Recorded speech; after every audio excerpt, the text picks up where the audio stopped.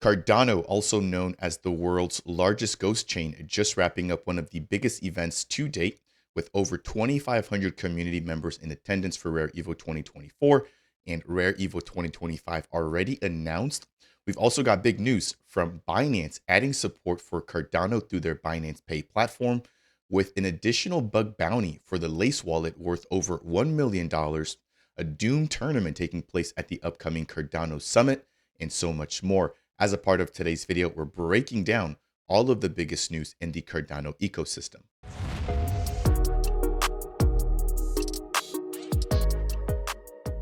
What's up, Ada Nation? Welcome to Dapp Central, your home for everything blockchain and crypto. My name's Fareed. As a part of today's video, we're diving into the latest updates when it comes to Cardano. First things first, of course, we've got the Chang Hardfork. We should get the official go or no go by tomorrow morning on August 23rd. So I want to dive into that and exactly what that means. But I also want to give you guys an update surrounding the Dapp Central stake pool, which is stake pool ticker DAPP. We are officially Chang ready.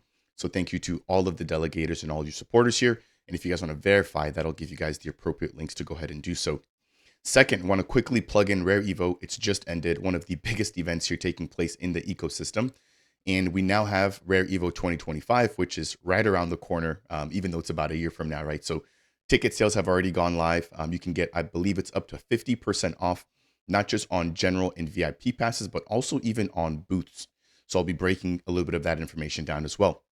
Now, after that, we've got some pretty big news here surrounding Binance Pay adopting Cardano. So for anybody who uses WooCommerce or WordPress-based commerce websites, you can basically take advantage of this brand new feature, accepting ADA or Cardano as a currency from your front end store.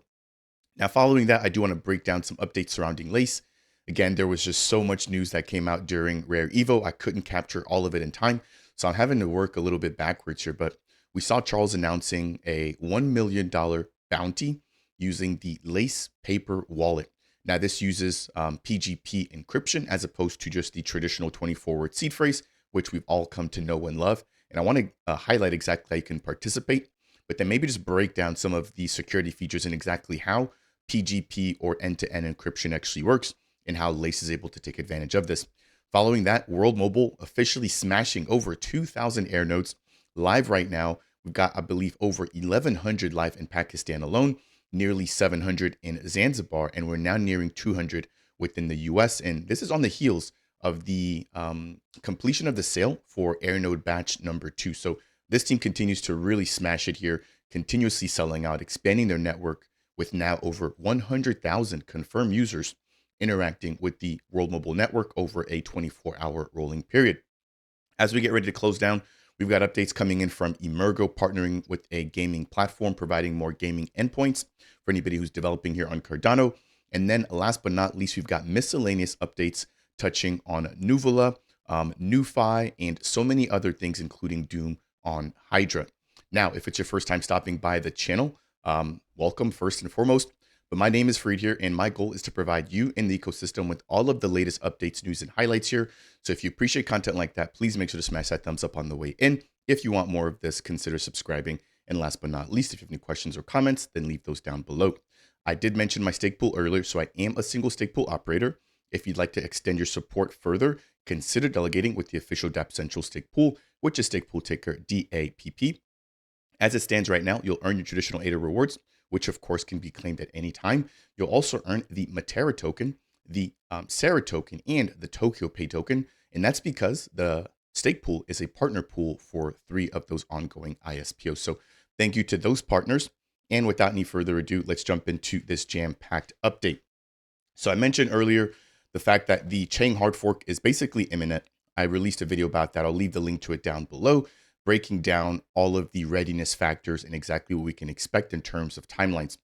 Now, before the actual mainnet gets hard forked or gets upgraded, the pre-prod environment has to go first. So keep in mind, there's 3 environments. There's preview, pre-prod, and mainnet. Preview has been updated. Pre-prod has now undergone the initiation, and we're now just waiting on the go or no go for mainnet. So this comes here from Nicholas Cerny. I believe he's a member of the Cardano Foundation, stating the pre-prod hard fork was submitted a few hours ago. This was yesterday. And this means that at the next epoch's boundary, which that epoch actually ends today, the pre-prod network, or excuse me, on the 24th, the pre-prod network will transition to protocol version number 9. So this basically allows for us to enter the Conway era or the Voltaire era with governance on pre-prod. Again, we had a pretty big announcement come out yesterday. This came from the official Intersect MBO website or the Twitter account, stating the target for mainnet is Tuesday, August 27th, with a final go or no-go decision scheduled for early Friday on the 23rd of August. So as I'm shooting this video, it's the 22nd. It's about 12 hours or so-ish before we should get this official decision. As soon as we do get that, you guys can definitely bet I'll have content coming your way. So if you want to stay updated, make sure to, number one, again, smash that thumbs up. Number two, turn on those bell notifications. And if you have any questions, especially about the Chang Hardfork, because I do know it's a lot of information, it can get pretty complicated, then make sure to leave a comment down below. Now, I mentioned the fact that we are waiting on centralized exchanges in my prior video. We've got a pretty big update here. Yesterday, we had about 33% or 37% within the ready category for centralized exchanges. That is now at 49%. We still have 28% in progress, and the amount that had not started yesterday was sitting at 30%, and it's now down to 23%. So more people getting ready for the Chang Hardfork, especially after that latest announcement where it's basically go or no go. So if you haven't updated, definitely make sure to do so. Otherwise, you could be left potentially not able to interact with the community. And especially if you're an SPO, you won't be able to mint blocks and support your delegators. Now, I do want to take an opportunity here to also quickly highlight the fact that the Dapp Stakepool has officially upgraded to Cardano node version 9.1. I'll leave the link to this down below. This is Sea Explorer. If I scroll down just a little bit here, we've got all of the different blocks that have recently been minted from the stake pool. And as you can see here, the block producer is running using Cardano node version 9.1.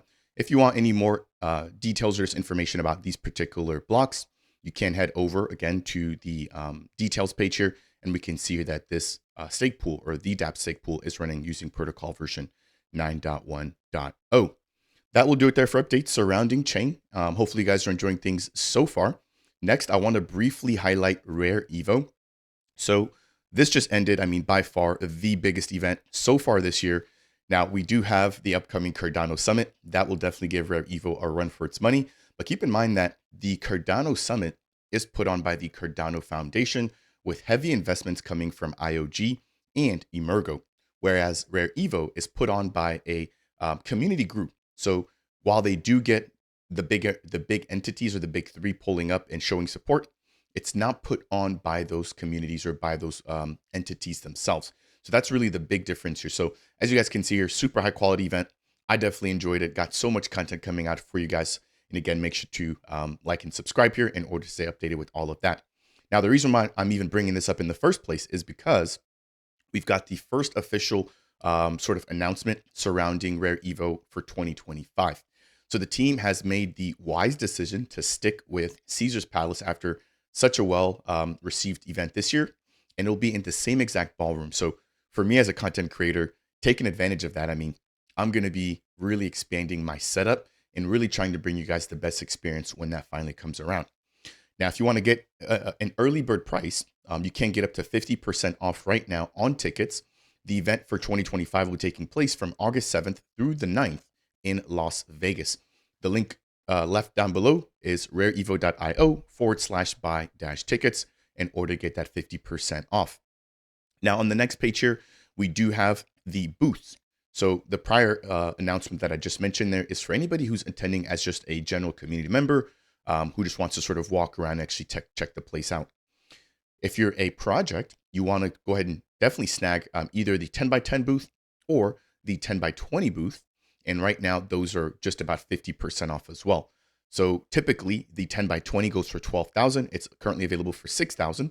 And the 10x10 goes for $6,000, and it's currently available for $3,000. Shout out to Wes, Rand, Devrin, Claire, Kevin, Vinny, Wurs, like Evan, the entire team, right? Those guys have done an amazing job. And I just want to thank them from the bottom of my heart for making the experience so much better and so much smoother for content creators that are really looking to work while we're out there, right? So I just want to extend a warm thank you to all of that team there. All right, next piece that we've got is surrounding Binance Pay adopting Cardano. And this is a pretty big one here because obviously, as you guys probably know, Binance is by far one of the biggest exchanges around the globe. I believe second only to Coinbase. Coinbase is within the US, and Binance, while they do have a US arm, basically operate at a global scale. So it states here, merchants worldwide can now accept ADA with Binance Pay, enjoy zero gas fees, instant settlement, and access to 30 million plus users globally. Now, if I jump over to the official page that's linked right there, we have basically all of the information that you need in order to take advantage of this. A couple of things to keep in mind here is that this works for WordPress sites or using the WooCommerce plugin. So you're basically going to have to create an account. You do have to get verified by Binance, and there are limits when it comes to that. So I'll speak about that here very briefly. So you can either sign up as an enterprise merchant or as an individual merchant. If you sign up as an enterprise, you can definitely bet that you'll be paying a little bit more. However, you have unlimited limits when it comes to daily and annual spending. If you're signing up as a traditional or an individual merchant, there are limits in terms of how much revenue you have to be generating with pretty high amounts. So it's about $50,000 US to, I believe, $250K per day for the individual. And then it comes to about $4.5 million per year for an individual merchant. So it's not definitely for the faint of heart. You have to be making a lot here and be processing all of that through Binance, which I assume gets a little bit of that cut because they're doing some of the backend conversions, converting your ADA to maybe whatever else you want to actually get paid out from your e-commerce platform. So it states here, you can use this brand new feature to reach their vast network of over 170 million Binance users. You can get access to ADA holders, of course. There's zero gas fees and over 80 different crypto assets supported using their payment integration. So pretty big news there coming out there from, I believe it was the Cardano Foundation. But it's really good to see that more and more of these platforms are beginning to become more Cardano friendly, especially because they now also have to upgrade for Cardano node version 9.1, and Binance is currently in the process with, I think, about 15% of the liquidity. So once we get the upgrade from Binance, that should push us to about 65%. And keep in mind, the threshold is 80% of the majority of the liquidity. And tomorrow we'll get that final go or no go announcement. Next, we've got an update surrounding the Lace wallet. So shout out to Rudy. He's been here on the channel a few times to break down what Lace is, what it offers, and basically what makes Lace different. Now, we heard from Charles Hoskinson at RareEvo. He spoke about Lace and he made some pretty big announcements around Doom and Midnight. But focusing specifically on Lace here, Charles launched the Lace Paper Wallet Bug Bounty program with a $1 million USDM bounty available for anybody who can hack the paper wallet before the end of 2024. Now, there's only a couple of months left, so we've got about 3 months left. We're just about to jump into September. So anytime within the next 90 days, if anybody's able to decrypt the encrypted keys associated with this particular wallet, which I'll show you guys here in just a minute, you basically have access to an NFT that also gives you access to $1 million, which is really awesome because Charles has actually put his money where his mouth is by using USDM. So all of this will be done on chain, very similar to the announcement that he made about Doom and being able to smart contracts to basically host a Doom tournament with over $100,000 on the line, where the winner basically is dispersed the funds through a smart contract. So a lot of these things that Charles is doing, he's doing using the actual tech, which of course makes it so much easier and so much more digestible, as opposed to saying, hey, we're going to just, give you, $1 million or $100,000, just like everybody else would in the world by saying, trust me or trust me, bro, So this is all backed on chain with smart contracts. And as of right now, nobody's been able to crack this. Now, I have very low, or I'm giving very low probabilities that somebody will be able to crack this just because of how secure PGP keys are. But in a nutshell, you're not using your traditional 24-word seed phrase when generating a paper wallet using the PGP keys. Now, for anybody who just isn't aware of how PGP encryption works, I do want to quickly highlight that, and then we'll come back and take a look at the actual paper wallet and what was actually shared at RareEvo. So taking a look here at this brief diagram, let me just quickly blow this up and I'll get myself out of the way here. We have PGP encryption in a nutshell. So starting at the very top here, I believe you guys can see my mouse cursor. We have Bob, who's trying to send something privately to Alice. Now, Bob has his own PGP keys. He's going to have one public key or one public address, and he's going to have one private key or one private address. Similarly, Alice will also have one public key and one private key. So In order for this to work, we have Bob, who generates a session key. He uses that session key, and he basically encrypts what he's going to be sending with that session key. But then he also actually encrypts the session key using the receiver's public address. So Alice has a public address that she can share with anybody, and so does Bob. So Bob's going to encrypt the session key using her public address. Now, at this point, using Alice's private key, because the session key has been encrypted with her public key, she should be able to get access to it. So here we've got the encrypted data and the encrypted session key, which basically equals or completes the fully encrypted message. Now, from Alice's side, once she receives the encrypted message, she has to take her encrypted key, which she's received from Bob, and she has to decrypt that using her own private key. Now, once she does that, she gets access to the session key, and then she can then take that session key and unlock the encrypted data, giving her basically what Bob sent without any issue. So in a nutshell, that's how PGP encryption works. I've taken a couple of courses back in like college breaking this down. If you've taken any sort of data security, you definitely would have like had to go through this. This is sort of like the beginner introduction into how encryption works, basically like encryption 101. Now, understanding that, the team at Lace have basically realized that like this is one of the best ways and one of the strongest ways to encrypt something. And as opposed to printing out paper wallets with your 20-forward seed phrase on it, right, and maybe potentially being vulnerable to a replay attack or somebody just stumbling upon that actual piece of paper and then typing that into a wallet to recover your funds, they've now devised a method to use PGP encryption directly for Lace. So if I jump back in here, I want to quickly show this off. And this is the actual PDF file for the wallet, which is currently available for the bug bounty. So you have it, and I know sort of the layout might be a little bit confusing, but for those that aren't aware, there are actual folding instructions here to fold the paper up. And what you'll basically get is a nice Lace logo on the front. You'll get the backup restore key, which is this QR code right where my head is, in the middle. And then on the back, you'll have your send and receive address there for anybody who wants to send and receive to that particular wallet. Now, you might be asking, what's the actual point of this, right? Well, again, if you have a traditional 24 seed phrase and you print it out and you just have it on a piece of paper, it doesn't take anything for somebody to just take a picture of it and just type it in and be able to get access to your funds. With PGP, number one, someone's going to have access to this encrypted QR recovery code, which is basically encrypted using your public key. And so the only way that somebody can get access to this is by providing, number one, this QR code, and then number two, providing your public key. Now, your PGP keys can be generated. There's multiple platforms to do it online. There's different sort of encryption algorithms that you can include with the PGP key itself. You can also change the expiration date, etc. But you can also set a password on top of the PGP key. So number one, they'll need this. Number two, they'll need your encryption key.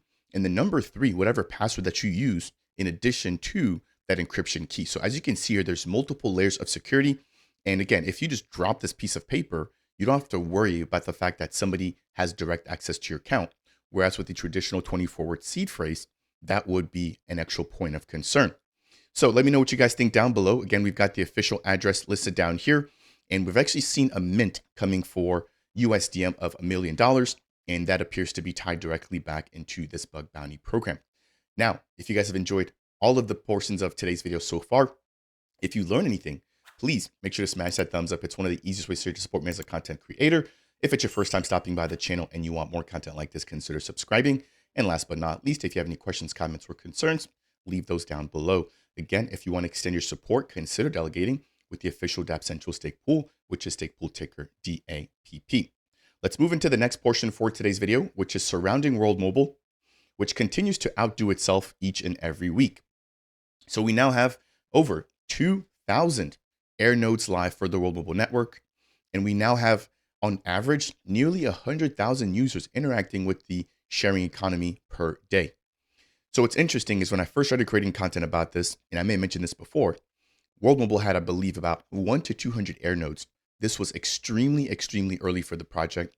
They'd really only developed and deployed in Zanzibar, and they've now expanded to Pakistan and Reno, Nevada. They've also expanded into Washington, and they're now moving over into California. So congrats to this team here. They just had a sale for Airnode batch number 2. That sold out in a whopping, I think, 11 minutes. And batch number 1 sold out in 36 hours. So just comparing the two different batches, right? 11 minutes and 36 hours. I have no doubts that the third batch and the future batches here will continue to sell out as more people realize how the sharing economy works. And one of the biggest things about this latest batch is the fact that as soon as those Airnodes sold, they were already online. So what that meant is that anybody who purchased or reserved could easily go in and immediately see how much they would be earning from an Airnode that was already live. Batch number 1 took a little bit of time to actually get up and running. That was not the case with batch number 2. Now, I do also want to take an opportunity to plug in an upcoming X space with the World Mobile Alliance. You'll be seeing more of Rob as well as Cal or Clover here on the channel. That'll be taking place this Saturday. I believe it's about 10 o'clock CDT. I'll have to do the time conversions here. I don't want to spend too much time thinking about it now. But I'll also be doing my traditional live streams. I believe it's at 7 p.m. UTC or 2 o'clock CDT this Saturday to recap our experience and to also bring up EarthNode operators and AirNode operators to share a little bit about their story and sort of basically how the event was. Mickey Watkins was there, Charles Barnett. We saw Emmanuel Gratch was out there, James Tagg. I mean, the entire team was basically there. What's crazy is that the World Mobile Alliance, again, led by Rob and Clover, actually got the booth, and that was due to the community support. So I believe they'll be trying to get another booth, but definitely huge community here. Very exciting times ahead with over 2,000 Airnodes now finally live and out. The next bit I want to jump into is surrounding Emurgo. So taking a look here, we've got Emurgo and Beamable who are now joining forces, where it reads, game developers will soon be able to integrate Cardano blockchain-based economies, including on-chain transactions into their online games and virtual worlds using Beamable's marketplace. Jumping over to the official Beamable website, it states, by connecting live services and modules, they're able to easily snap together apps, basically like building blocks for developers, to allow them to easily compose powerful online games with all of the monetization, AI, payment systems, real-world multiplayer, and other services that they need without the usual headaches. This actually makes me think a little bit more about the fact that there were a lot of gaming projects which showed up here at RareEvo. We saw Reflect, we saw Ascent Rivals, we saw Cornucopias. I believe there's also even Carta Station. But as we saw up there, there was a mention of Cardano, and we've got pretty big partners here. So really good to see more and more partnerships coming out here from the team at Emurgo as they continue to expand. And there's actually another partnership which I highlighted not too long ago, but it's very similar to this, where it allows for APIs or endpoints to be set up for global or TradFi companies to be able to tap into the data on chain from Cardano. So very similarly, it sounds like with this particular Beamable partnership, the developers on Cardano will be able to get access to transaction history, payments, wallets, etc., and plug that in directly into their game. So let me know what you guys think about that down below. Pretty bullish news here, as it's really getting hard for me to keep up here with Cardano. So many developments, so many just bits of news, right, that I'm really trying to keep up with. But hopefully, videos like this definitely make a difference and provide a little bit of value. All right, next and last, we've got the miscellaneous section here. We've got a big update coming in from NuFi and the fact that they're now integrating MetaMask to add support for Cardano. Now, as a little bit of background, NuFi already has multi-chain support. So if you've got their wallet, you can get access to Cardano, ETH, Solana, Polygon, you name it, they basically cover it. And what's amazing is that you just create one wallet. So you use, for example, a 12, 15, or 24 word seed phrase, create a Cardano wallet. And as soon as you do that, once you sign in, you're going to see addresses associated with all of those other networks. So you don't have to actually spend the time to set up multiple wallets. It does that automatically for you.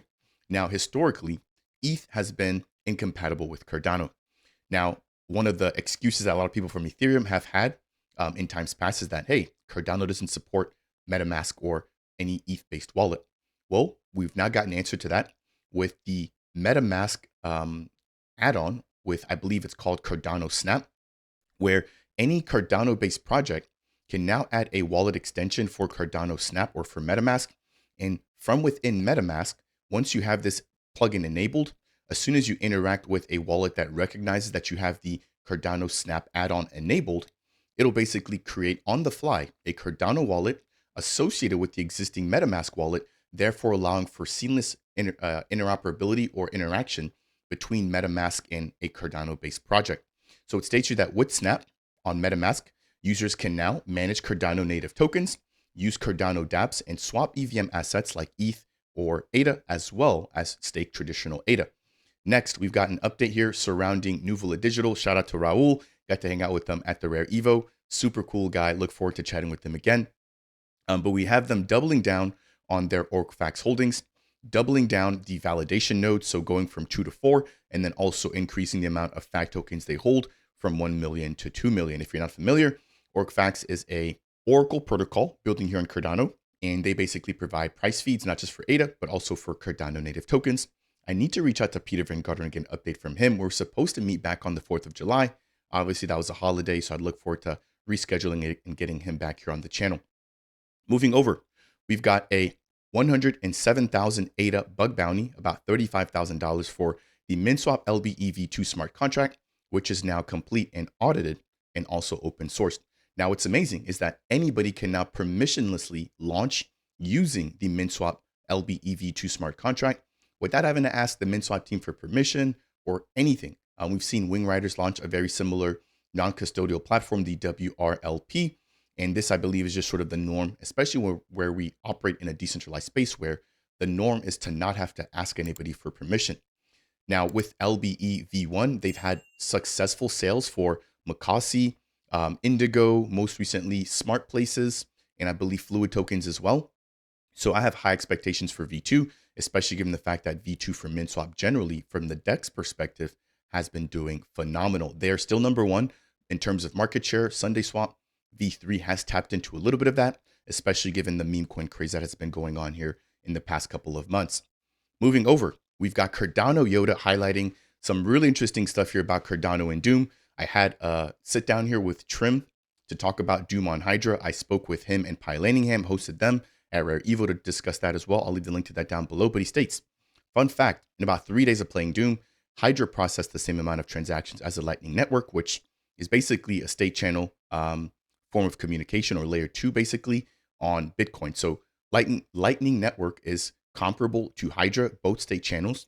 The only difference, I believe, is that Lightning Network doesn't inherit all of the underlying security from Bitcoin. And with Hydra, it does inherit all of the underlying infrastructure or security from Cardano. So it appears that Hydra is a little bit more secure, but it's not just that.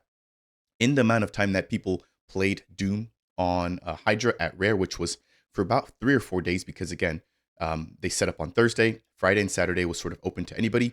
And then Sunday and Monday was obviously after RareEvo had ended, the game was still up to play. I actually did a live stream breaking that down. I'll leave the link to that down below. But with that, we've seen as many transactions processed on Hydra equivalent to how many transactions have been processed on the Lightning Network in about 460 days. So the average TPS on Hydra was set to about 350 transactions per second.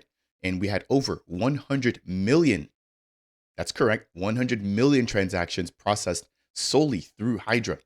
And so if you compare that against the Lightning Network or Bitcoin's Lightning Network, it's only had about an average of 2.5 TPS in the same amount of time. So really, really crazy here. It took Bitcoin 460 days with an average amount of 2.5 transactions per second.